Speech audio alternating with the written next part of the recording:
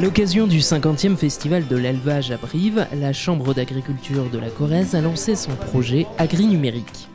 C'est un dispositif d'aide aux agriculteurs pour leur permettre justement de les aider dans la mise en place du numérique sur leur exploitation à partir de smartphones qu'on pourrait leur servir ou qu'ils ont déjà avant.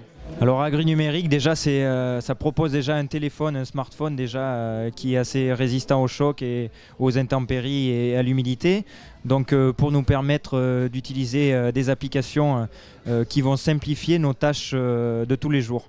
Donc nous simplifier l'astreinte administrative, pouvoir nous apporter des données que nous recevons avec nos capteurs, par exemple sur des détections de vélage, des détections de chaleur, et essayer de nous simplifier notre vie quotidienne. Concrètement, le projet Agri-Numérique, c'est la mise à disposition, si besoin, d'un smartphone avec un abonnement avantageux. Un ensemble d'applications professionnelles est disponible sur le magasin virtuel AgriStore. Et afin d'accompagner la mise en place de ce projet, un accompagnement personnalisé et des formations autour du numérique sont mis en place.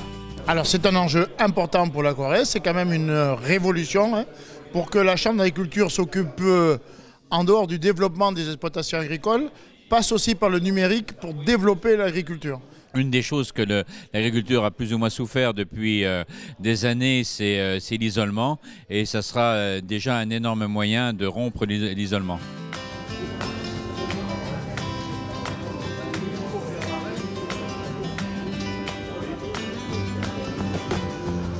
Cette révolution numérique permettra aussi de trouver de l'attractivité au métier.